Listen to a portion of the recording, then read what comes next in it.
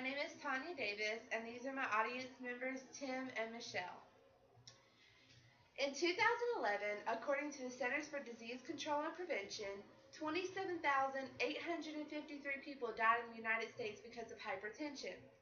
The chance of being diagnosed with high blood pressure increases if the person smokes, is overweight, has a sedentary lifestyle, which means they do not exercise a lot, or is under a lot of stress. While almost everyone has heard of hypertension, there are two forms of it that can be diagnosed.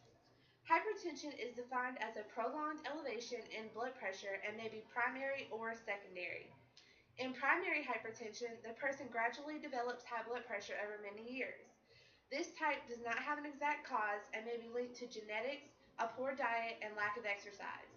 According to the Mayo Clinic, almost everyone eventually becomes affected with this. While they may not know or be aware that they have this, damage is still being done to the heart and arteries and may later cause other organs to become damaged as well. Primary hypertension, caught early, may be controlled with diet changes such as less salt and fat intake, as well as exercise changes such as adding more cardio to your routine. If it is in a later stage, it may be controlled with medications. Secondary hypertension, unlike primary, is caused by another disease or disorder.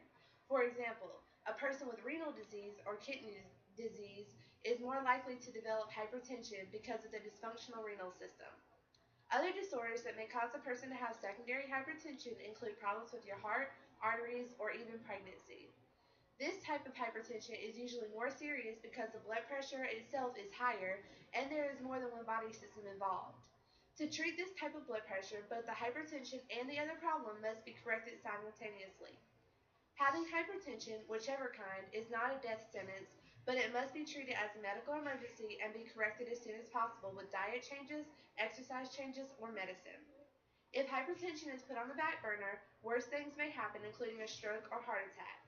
Knowing the different types, how they are caused, and what can help if we develop them should help people realize how important of an issue it is and what can happen if we do not fix it immediately.